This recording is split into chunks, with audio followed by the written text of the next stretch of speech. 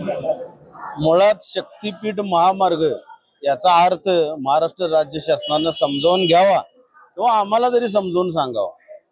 शक्तीपीठ म्हणजे नवदुर्गामधील ती वाक्यप्रचार, पण रस्ता हा जातो गोव्याला। मग यांचं शक्तीपीठ हेच का? म्हणजे ह्यात तुमचं ऍक्च्युली हिंदुत्व लपलंय की रस्त्या महामार्गाच्या नावाखाली प्रचंड माया जमवण्याचं काम राज्य सरकारनं केंद्र सरकारनं आखलेलं आहे। हा मूळ प्रश्न शेतकऱ्यांना पडलेला आहे। कोल्हापूर जिल्ह्यातील सदन शेतकरी हा एकमेव शेतकरी असा आहे की ह्या शक्तीपीठाला कोल्हापूर जिल्ह्यातून प्रचंड विरोध सुरू आहे। आणि या जिल्ह्यातील शेतकरी कितीही पैसा दिला, चोपट रक्कम दिली तरी आमची जमीन आम्ही देणार नाही या मतावर ठाम आहे। अन्य ठिकाणी असं काही दिसत नाही। शेतकऱ्यांचं आंदोलन मोडून काढण्याच्या भूमिकेमध्ये हे राज्य सरकार काम करतं।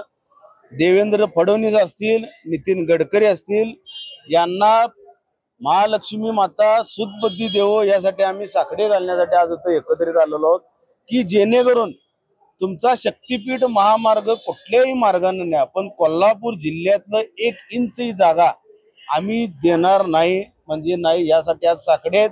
आणि हे साकडे घालून झाल्यानंतर विजयराव देवणे असतील किंवा राजू शेट्टी असतील यांच्या माध्यमातून, बंटी साहेबांच्या माध्यमातून व अन्य शेतकरी संघटनेच्या माध्यमातून, अन्य पक्षांच्या माध्यमातून आंदोलन प्रचंड प्रमाणात तीव्र करून याची जाग आणि याची जाण जोपर्यंत सरकारला भासत नाही तोपर्यंत आंदोलन आम्ही करत राहू। कोल्हापूर उत्तरचे आमदार मात्र शक्तीपीठ होणारच यावर ठाम आहे, कसं बघताय? हे बघा, कोल्हापूर शहराच्या आमदारांचा तुम्ही प्रश्न विचारला, मी आपला आभार मानतो। जयप्रभा स्टुडिओ झालेला आहे, कावळ्या नाक्याची जागा पूर्ण झाली, आतल्या अंगानं ताबा सुरू आहे। आता शक्तीपीठ महामार्गाच्या नावाखाली शेतकऱ्यांची जी जागा घेण्यात येणार त्यात देखील यांना कदाचित प्लॉटिंग हवं असेल। यांचा एकच उद्योग आहे, पैसा पैसा आणि पैसा। प्रचंड संपत्ती मिळवणे, सरकारचा पुरेपूर फायदा घेणे हा राजेश क्षीरसागर यांचा फंडा आहे। त्यांनी यातून बाजूला जावं।